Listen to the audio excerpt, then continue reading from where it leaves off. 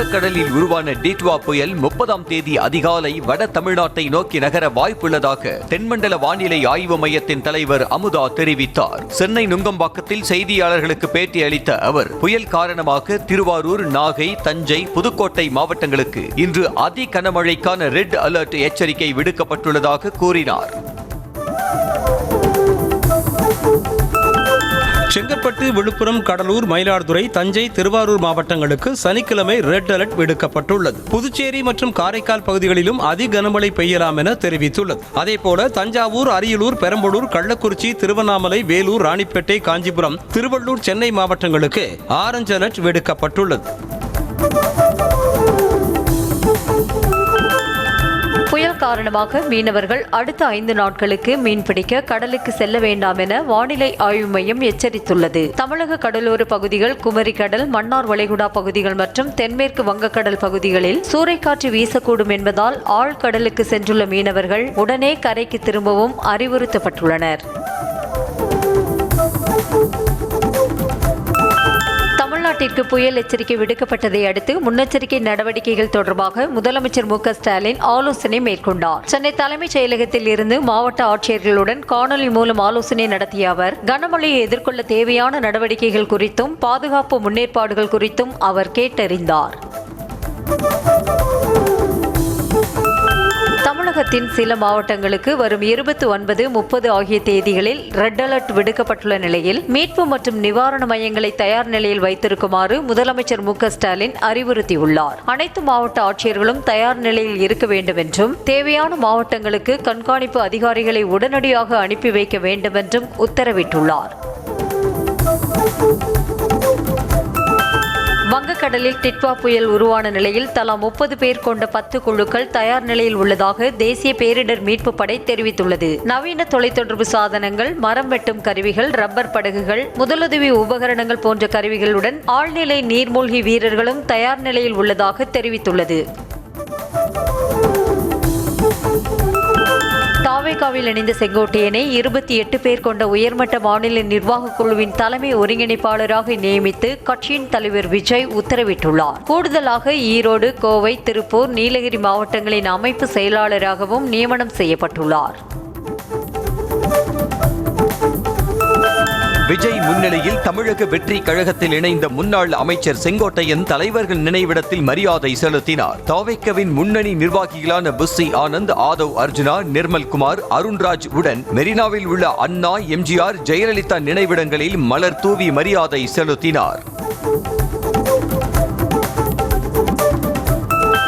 செங்கோட்டையனின் செயல்களுக்கு கருத்து சொல்ல வேண்டிய அவசியமில்லை என அதிமுக பொதுச் செயலாளர் எடப்பாடி பழனிசாமி தெரிவித்தார். மதுரை பாண்டிக்கோயில் பகுதியில் செய்தியாளர்களை சந்தித்த போது செங்கோட்டையன் தாவேகாவில் இணைந்தது குறித்து கேள்வி எழுப்பிய போது, அதிமுகவில் இல்லாத ஒருவரை பற்றி கருத்து சொல்ல வேண்டியதில்லை என கூறினார். எம்ஜிஆரே 30 வருடம் திமுகவில் இருந்ததால் தான் அரசியலில் ஜொலித்ததாகவும், அதனால் எல்லாராலும் எம்ஜிஆர் ஆகிவிட முடியாது என்றும் அமைச்சர் ராஜ கண்ணப்பன் தெரிவித்துள்ளார். மதுரை விமான நிலையத்தில் செய்தியாளர்களிடம் பேசிய அவர், செங்கோட்டையன் மட்டுமல்ல, யார் தாவேகாவுக்கு போனாலும் விஜய் வெளியில் வராமல் எதுவும் ஆகப் போவதில்லை என்றார். தமிழக வெற்றி கழகத்தில் செங்கோட்டையன் இணைந்ததன் மூலம் தேசிய ஜனநாயக கூட்டணிக்கு எந்த பின்னடைவும் இல்லை என பாஜக மாநில தலைவர் நயினார் நாகேந்திரன் திட்டவட்டமாக தெரிவித்தார். மதுரையில் செய்தியாளர்களிடம் பேசிய அவர், தாவேகாவை கட்டுப்படுத்த செங்கோட்டையனை பாஜக அனுப்பி வைக்க வேண்டிய அவசியம் இல்லை என்றார். தாவேகா தலைவர் விஜய் தனித்து இயங்காமல் பாஜகவுடன் இணக்கமாக இருப்பதாக விசிக தலைவர் திருமாவளவன் சந்தேகம் தெரிவித்துள்ளார். ஆவடியில் பேட்டியளித்த அவர், பாஜகவுடன் விஜய் காட்டும் நெருக்கம் பயன் தராது என்றார். கடந்த சட்டமன்ற தேர்தலில் திருவொற்றியூர் தொகுதியில் போட்டியிட்ட நாம் தமிழர் கட்சியின் தலைமை ஒருங்கிணைப்பாளர் சீமான் இந்த முறை தமது சொந்த மாவட்டத்தைச் சேர்ந்த காரைக்குடி சட்டமன்ற தொகுதியில் களம் காண உள்ளதாக தெரிகிறது. மாவீரர் நினைவு நாள் நிகழ்வில் பங்கேற்ற சீமான் சிவகங்கை மாவட்டத்தில் காரைக்குடியை தவிர்த்து ஏனைய தொகுதிகளுக்கான வேட்பாளரை அறிமுகப்படுத்தினார். சொத்து குவிப்பு வழக்கில் அமைச்சர் பெரிய கருப்பனை விடுதலை செய்து சிவகங்கை மாவட்ட அமர்வு நீதிமன்றம் தீர்ப்பளித்துள்ளது. கடந்த 2006 முதல் 2011 ஆண்டு வரையிலான திமுக ஆட்சியில் அறநிலையத்துறை அமைச்சராக இருந்தபோது வருமானத்துக்கு அதிகமாக 1,20 லட்சம் ரூபாய் அளவுக்கு சொத்து சேர்த்ததாக வழக்கு பதியப்பட்டது.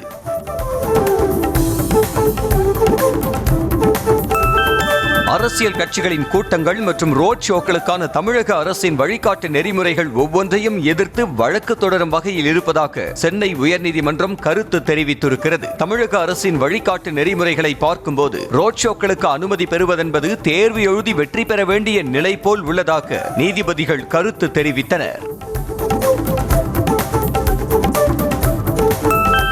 திமுக தலைவரும் முதலமைச்சருமான மு.க. ஸ்டாலின் தலைமையில் நாளை திமுக எம்பிக்கள் கூட்டம் நடைபெறும் என அறிவிக்கப்பட்டுள்ளது. நாடாளுமன்ற குளிர்கால கூட்டத்தொடர் திங்கட்கிழமை தொடங்கும் நிலையில் கோவை மதுரை மெட்ரோ திட்டம் நிராகரிப்பு உள்ளிட்ட விவகாரங்களை எழுப்புவது குறித்து கூட்டத்தில் ஆலோசனை நடத்த உள்ளதாக கூறப்படுகிறது.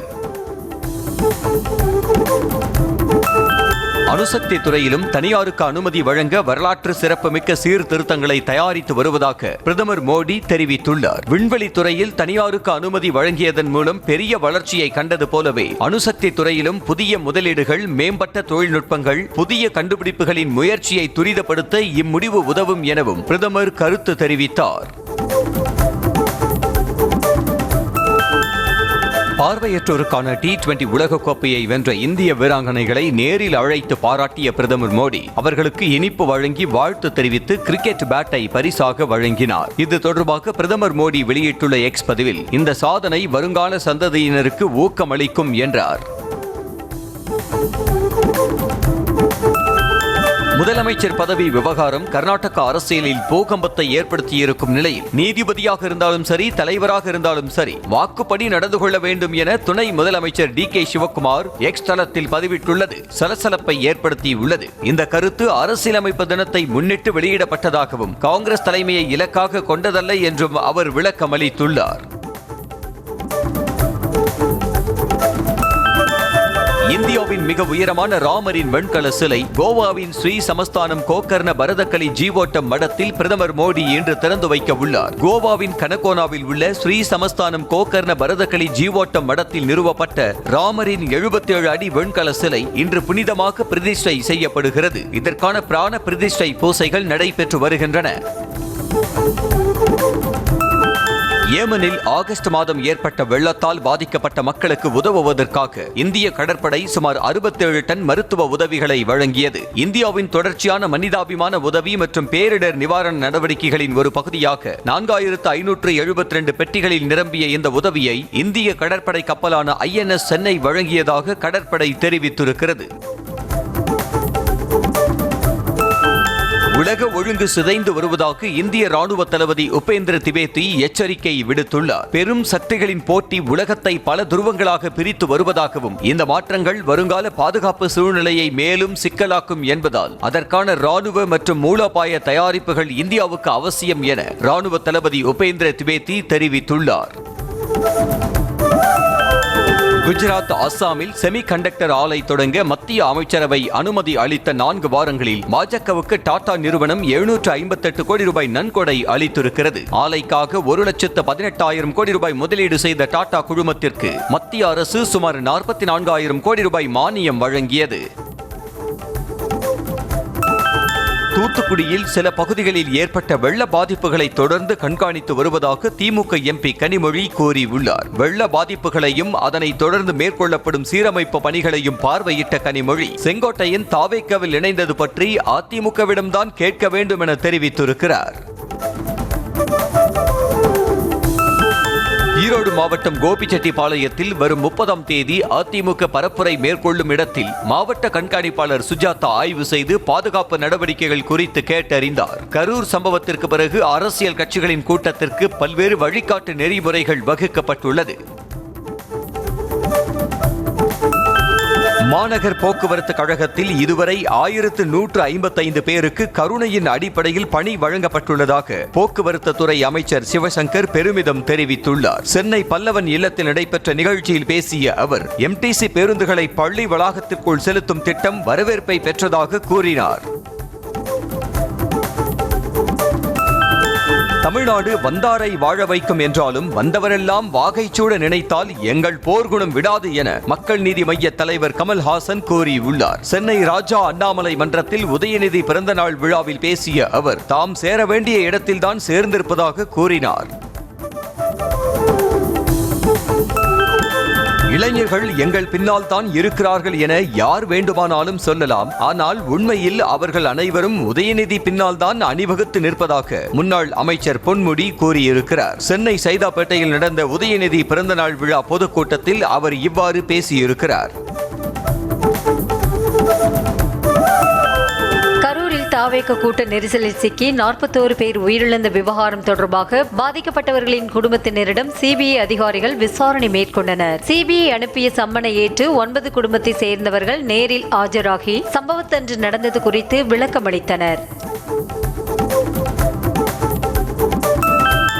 முன்னாள் அமைச்சர் சி.வி. சண்முகத்திற்கு எதிராக மாநில மகளிர் ஆணையம் பிறப்பித்த உத்தரவு மீதான மேல் நடவடிக்கைக்கு விதிக்கப்பட்ட தடையை 2 வாரத்திற்கு நீட்டித்து சென்னை உயர்நீதிமன்றம் உத்தரவிட்டுள்ளது. பெண்கள் குறித்து அவதூறாக பேசியதாக சி.வி. சண்முகம் மீது குற்றவியல் நடவடிக்கை எடுக்க டிஜிபிக்கு மகளிர் ஆணையம் உத்தரவிட்டது. சுதந்திரம் ஜனநாயகம் குறித்து பேசும் தார்மீக உரிமையை பிரதமர் இழந்து பல ஆண்டுகளாகிவிட்டதாக மார்க்சிஸ்ட் கம்யூனிஸ்ட் கட்சியின் மாநில செயலாளர் சண்முகம் சாடியுள்ளார். உபா சட்டத்தின் கீழ் கைது செய்யப்பட்டவர்களில் 90% மேற்பட்டவர்கள் விசாரணையின்றி நீண்ட காலமாக சிறையில் இருப்பதாகவும் நிலைமை இப்படி இருக்க சுதந்திரத்தை பற்றி பிரதமர் பேசுவதாகவும் சாடியுள்ளார்.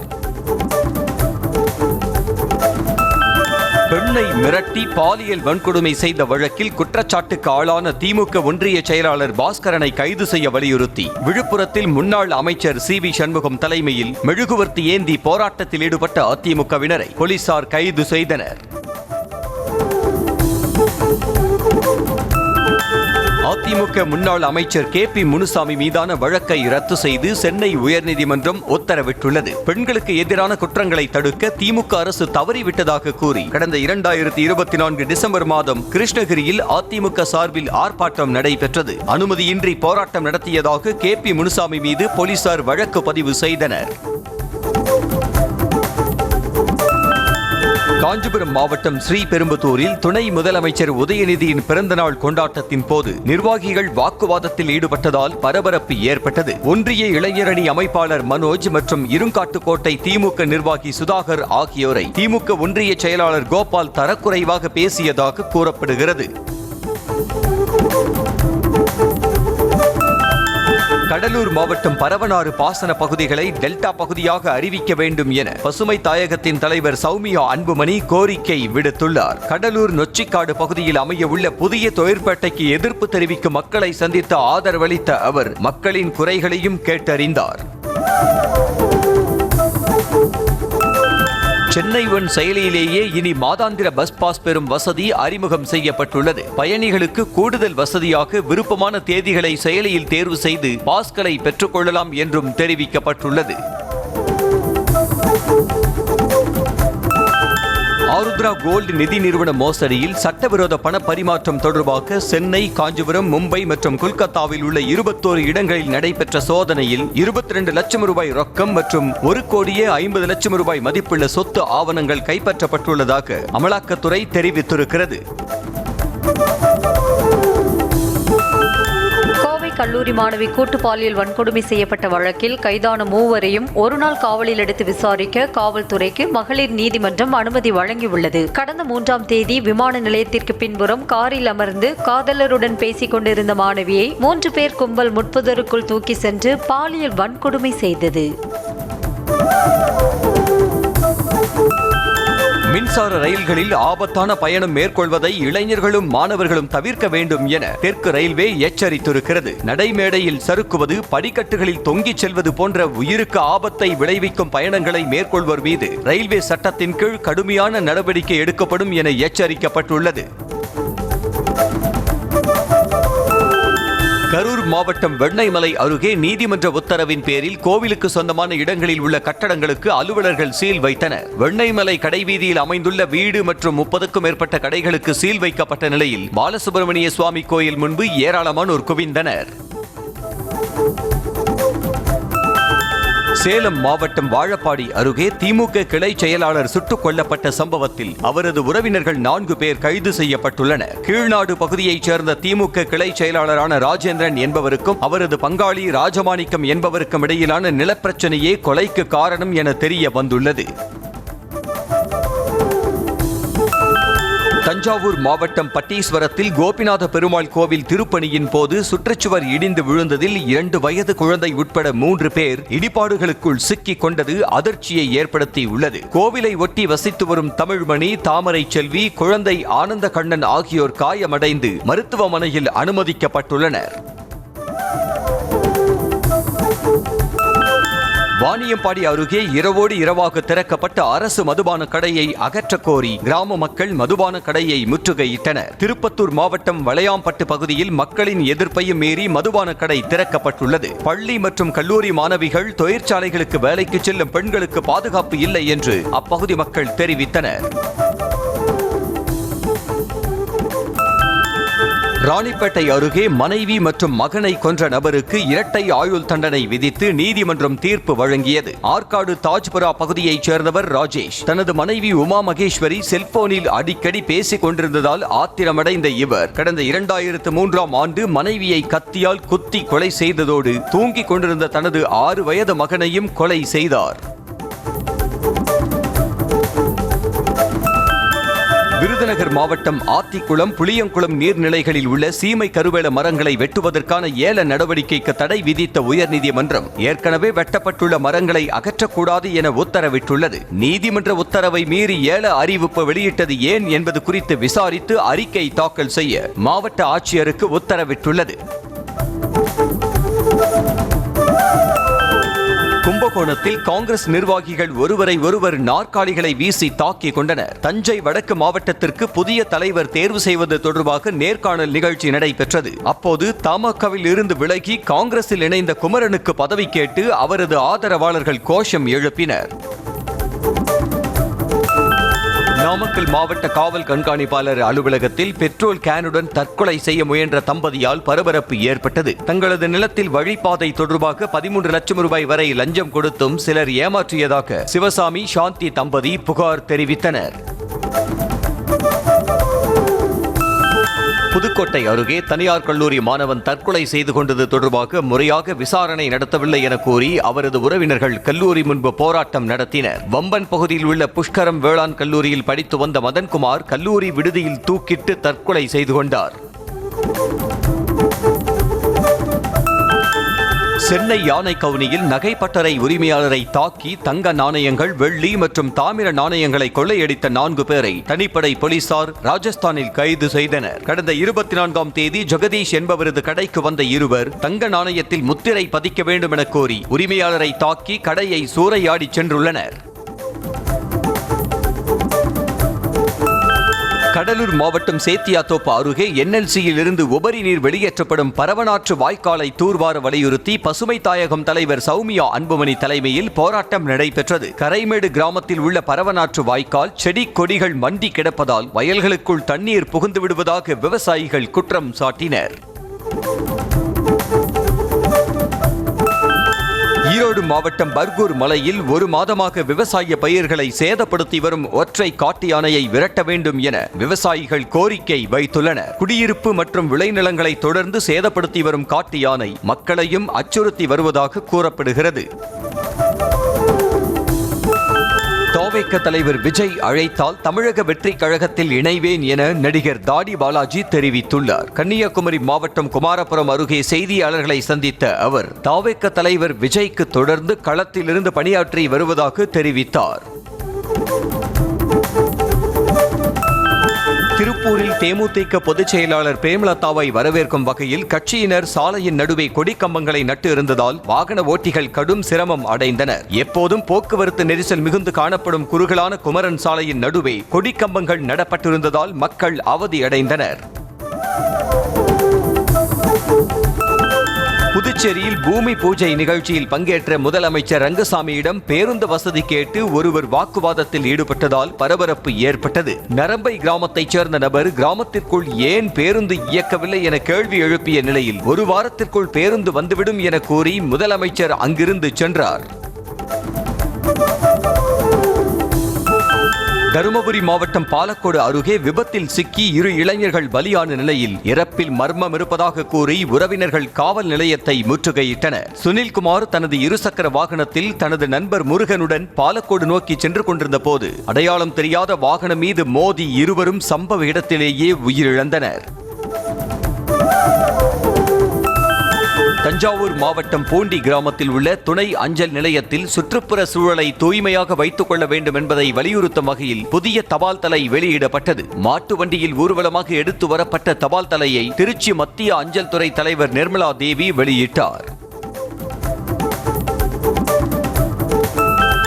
ஈரோட்டில் அமைந்துள்ள கண்ணாடி கடையில் 1,10,00,000 ரூபாய் வரை திருடிய உத்தரப்பிரதேச மாநிலத்தைச் சேர்ந்த ஊழியரை போலீசார் கைது செய்தனர். கடையில் கணக்காளராக வேலை பார்த்து வந்த ஆதில்கான் உரிமையாளருக்கு தெரியாமல் வங்கி கணக்கின் செயலி மற்றும் காசோலையில் போலியாக கையெழுத்திட்டு பணத்தை திருடி உள்ளான்.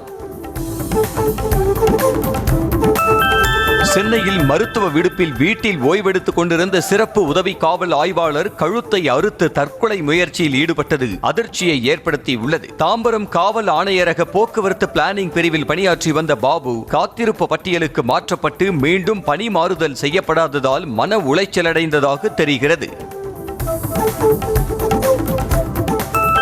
மதுவிலக்குத்துறை அமைச்சராக உள்ள முத்துசாமியின் சொந்த மாவட்டத்திலேயே காலி மது பாட்டில்களை திரும்ப பெறும் திட்டத்திற்கு எதிர்ப்பு கிளம்பியிருக்கிறது. ஈரோட்டில் பணிபுரியும் அனைத்து டாஸ்மாக் ஊழியர்களும் காலி பாட்டில்களை திரும்ப பெறுவது தொடர்பான பயிற்சி கூட்டத்தை புறக்கணித்து வெளிநடப்பு செய்தனர். செங்கல்பட்டு மாவட்டம் அச்சரப்பாக்கம் சார் பதிவாளர் அலுவலகம் அருகே ஆள் நடமாட்டம் இருந்த பகுதியில் காரில் வைத்திருந்த 13 லட்சம் ரூபாய் பணம் கொள்ளையடிக்கப்பட்டது. நெம்மேலியைச் சேர்ந்த ஷேக் தாவூத் என்பவர் தமது சொத்தை விற்றதன் மூலம் கிடைத்த பணத்தை காரில் வைத்துவிட்டு திரும்பி வந்து பார்த்தபோது கண்ணாடி உடைக்கப்பட்டு பணம் திருடப்பட்டிருந்தது. விழுப்புரம் மாவட்டத்தில் இதுவரை 72% SIR பணிகள் முடிவடைந்திருப்பதாக ஆட்சியர் ஷேக் அப்துல் ரஹ்மான் தெரிவித்துள்ளார். கனமழை பெய்ய வாய்ப்புள்ளதால் SIR படிவங்களை வைத்துள்ள வாக்காளர்கள் விரைவாக BLOக்களிடம் ஒப்படைக்க வேண்டும் என கேட்டுக் கொண்டவர் கனமழையை எதிர்கொள்ள மாவட்ட நிர்வாகம் தயார் நிலையில் உள்ளதாகவும் மாவட்ட ஆட்சியர் கூறினார். மதுரை மாவட்டம் செல்லூர் கண்மாய் ஷட்டரில் தண்ணீர் கசிவு ஏற்படுவதை தடுக்க வேண்டும் என குறைதீர் கூட்டத்தில் மனு அளிக்க வந்த மக்களை நீர்வளத்துறை உதவி பொறியாளர் இழிவாக பேசியதாக குற்றச்சாட்டு எழுந்துள்ளது. புகாருக்குள்ளான பிரபாகர் மீது மாவட்ட ஆட்சியர் நடவடிக்கை எடுப்பதோடு தங்கள் கோரிக்கையையும் நிறைவேற்றி தர வேண்டும் என கேட்டுக் கொண்டனர். திருச்சியைச் சேர்ந்த பெண் ஒருவர் தனக்கு 9 கோடி ரூபாய் GST அபராதம் விதிக்கப்பட்டதாக சொல்லப்பட்ட செய்தியை கேட்டு அதிர்ந்து போனார். மன்னார்புரத்தைச் சேர்ந்த கலைவாணி என்பவர் கணவரின் சொற்ப ஊதியத்தில் குடும்பத்தை நடத்தி வரும் நிலையில் GST அபராத தொகை செலுத்தவில்லை என கூறி வங்கி கணக்கை முடக்கியதாக தெரிகிறது. நெல்லை மாவட்டம் தமிழாக்குறிச்சி பகுதியில் உள்ள பச்சையாறு தடுப்பணை கால்வாயில் ஏற்பட்டுள்ள உடைப்பை சீரமைக்க வலியுறுத்தி பொதுமக்கள் சாலை மறியலில் ஈடுபட்டனர். தடுப்பணையில் உள்ள தண்ணீரை தாமிரபரணி ஆற்றில் திறந்துவிடவில்லை என்றால் தமிழாக்குறிச்சி, குரவன்குளம், செங்குளம் உள்ளிட்ட கிராமங்கள் நீரில் மூழ்கும் அபாயம் உள்ளதாக மக்கள் அச்சம் தெரிவித்தனர். இந்தியாவின் எல்லைப் பகுதிகளை இணைத்து நேபாளம் வெளியிட்ட 100 ரூபாய் நோட்டு சர்ச்சையை ஏற்படுத்தியுள்ளது. உத்தரகாண்ட் மாநிலத்தில் அமைந்துள்ள லிபுலேக், லிம்பியாதுரா, கலாபானி ஆகிய பகுதிகள் இந்தியா நேபாளம் எல்லையில் உள்ளதால் அந்த பகுதிகளை நேபாளம் உரிமை கொண்டாடி வருகிறது. இதனை இந்தியா நிராகரித்துவிட்டது. பிரெஞ்சு பாலினீசியா தீவான டஹிடியில் ஏற்பட்ட நிலச்சரிவில் சிக்கி 7 பேர் உயிரிழந்ததாக பிரெஞ்சு வெளியுறவுத்துறை தெரிவித்திருக்கிறது. இந்த நிலச்சரிவால் ஏராளமான வீடுகள் அடித்துச் செல்லப்பட்ட நிலையில் காணாமல் போனவர்களை தேடும் பணி நடந்து வருகிறது. கிறிஸ்துமஸ் பண்டிகையை முன்னிட்டு லண்டனில் ஜிஞ்சர் பிரெட் நகர கண்காட்சி நடைபெற்றது. இந்த கண்காட்சியில் ஜிஞ்சர் பிரெட்களை கொண்டு 50 கட்டடக் கலைஞர்கள் லண்டன் நகரத்தின் மாதிரியை உருவாக்கி அசத்தியுள்ளனர். இதில் எலிசபெத் டவர் மற்றும் ஹவுஸ் ஆஃப் காமன்ஸ் போன்ற லண்டனின் சில பிரபலமான அடையாளங்களும் உருவாக்கப்பட்டுள்ளன. பாகிஸ்தான் குடிமக்கள் ஐக்கிய அரபு அமீரகம் சென்ற பிறகு குற்றச் செயல்களில் ஈடுபடுவதன் காரணமாக அந்நாட்டு அரசு அவர்களுக்கு விசா வழங்குவதை நிறுத்தியுள்ளது. பாகிஸ்தானியர்கள் பிச்சை எடுப்பது, போதைப் பொருள் கடத்தல், மனித கடத்தல் மற்றும் வெளிநாடுகளில் பிற குற்றங்களில் ஈடுபட்டிருப்பது போன்ற வழக்குகளின் எண்ணிக்கை அதிகரித்ததை தொடர்ந்து இத்தகைய நடவடிக்கையை ஐக்கிய அரபு அமீரகம் எடுத்திருக்கிறது. ஐரோப்பிய நாடுகளை ரஷ்யா தாக்கும் என கூறுவது நகைப்புக்குரியது என்றும் அது அப்பட்டமான பொய் எனவும் ரஷ்ய அதிபர் புட்டின் தெரிவித்துள்ளார். ராணுவ தளவாட உற்பத்தி நிறுவனங்களின் நலன்களுக்காகவும் மக்களிடையே தங்களின் நன்மதிப்பை அதிகரிக்கவும் சில வஞ்சகர்கள் இப்படி சொல்வதாக புட்டின் கருத்து தெரிவித்தார். இலங்கையில் தொடர் கனமழை மற்றும் வெள்ளத்தில் சிக்கி உயிரிழந்தவர்களின் எண்ணிக்கை 31ஆக உயர்ந்துள்ளது. குறிப்பாக மட்டக்களப்பு மாவட்டத்தில் வெள்ளம் கரைபுரண்டோடிய பாலத்தில் சென்ற கார் அடித்து செல்லப்பட்டதில் அதில் பயணித்த தாத்தா, பாட்டி மற்றும் 6 வயது பேத்தி என ஒரே குடும்பத்தை சேர்ந்த 3 பரிதாபமாக உயிரிழந்தனர். தமிழகத்தில் இன்று ஒரே நாளில் மட்டும் 10 திரைப்படங்கள் வெளியாகின்றன. தனுஷின் தேரே இஷ்க் மெயின், கீர்த்தி சுரேஷின் ரிவால்வர் ரீட்டா, டிடிஎஃப் வாசனின் IPL, வெள்ளக்குதிரை, BP 180, பூங்கா, ஃப்ரைடே மற்றும் ஒண்டி முனியும் நல்ல பாடனும் உள்ளிட்ட படங்கள் ரிலீஸ் செய்யப்படுகின்றன. இதற்கிடையே அஜித்தின் அட்டகாசம், சூர்யாவின் அஞ்சான் ஆகிய திரைப்படங்களும் வெளியாவதால் ரசிகர்கள் உற்சாகமடைந்துள்ளனர். ரியோ நடிப்பில் கடந்த அக்டோபர் 31ஆம் தேதி வெளியான ஆண் பாவம் பொல்லாதது திரைப்படம் இன்று ஜியோ ஹாட்ஸ்டார் OTTயில் வெளியாகும் என படக்குழு அறிவித்திருக்கிறது. கலையரசன் தங்கவேல் இயக்கத்தில் கணவன் மனைவி உறவை மையமாக வைத்து எடுக்கப்பட்ட இப்படம் இதுவரை 25 கோடி ரூபாய் வசூல் செய்திருப்பதாக படக்குழு தெரிவித்திருக்கிறது. இந்தியா தென்னாப்பிரிக்கா ஒருநாள் தொடருக்காக ஜார்க்கண்ட் மாநிலம் ராஞ்சிக்கு வருகை தந்த விராட் கோலி, ரிஷப் பந்த், ருத்ராஜ் கெய்க்வாட் உள்ளிட்ட இந்திய அணி வீரர்களுக்கு தோனி வீட்டில் விருந்தளிக்கப்பட்டது. தோனியின் வீட்டிற்கு வருகை தந்த வீரர்களின் வீடியோக்கள் இணையத்தில் வெளியாகி வைரலாகி வருகின்றன. இந்திய வீரர்கள் பொறுப்பின்றி விளையாடியதால் கிடைத்த தோல்விக்கு கம்பீர் மட்டுமே காரணமில்லை என முன்னாள் கிரிக்கெட் வீரர் ரவிச்சந்திரன் அஸ்வின் தெரிவித்துள்ளார். இதுகுறித்து பேசிய அவர், ரசிகர்கள் அவரை மட்டுமே விமர்சிக்க வேண்டாம் என வலியுறுத்தியுள்ளார். ஆஸ்திரேலிய ஓபன் டென்னிஸ் தொடரின் 2வது தகுதிச் சுற்றில் தோல்வியடைந்த இந்தியாவின் சுமித் நாகல் தொடரிலிருந்து வெளியேறினார். சீனாவின் செங்டு நகரில் நடைபெற்ற ஆண்கள் ஒற்றையர் பிரிவின் 2வது தகுதிச் சுற்று காலிறுதியில் இந்தியாவின் சுமித் நாகலை எதிர்கொண்ட சீனாவின் யுங்சாகேட் பூ 6-2, 6-2 என்ற நேர் செட்களில் கைப்பற்றி அடுத்த சுற்றுக்கு முன்னேறினார்.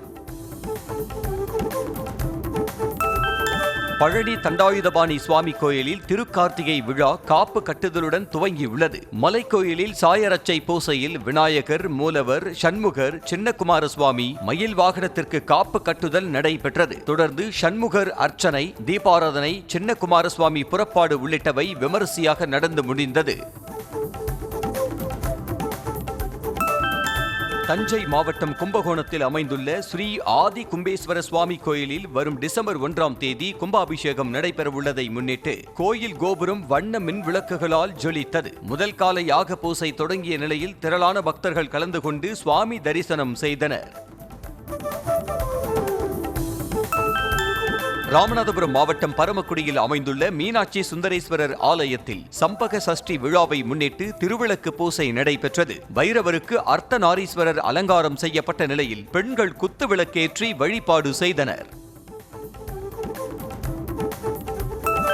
திருப்பத்தூர் மாவட்டம் நாட்ராம்பள்ளி அருகே கே பந்தாரப்பள்ளி கிராமத்தில் உள்ள ஸ்ரீ லட்சுமண பெருமாள் கோயிலின் கும்பாபிஷேகம் வெகு விமர்சையாக நடைபெற்றது. யாகசாலையில் வைத்து பூஜிக்கப்பட்ட புனித நீர் கலசங்கள் மேளதாளம் முழங்க ஊர்வலமாக கொண்டுவரப்பட்டு கோயிலின் கோபுர கலசங்கள் மேல் ஊற்றப்பட்டதை திரளான பக்தர்கள் தரிசித்தனர்.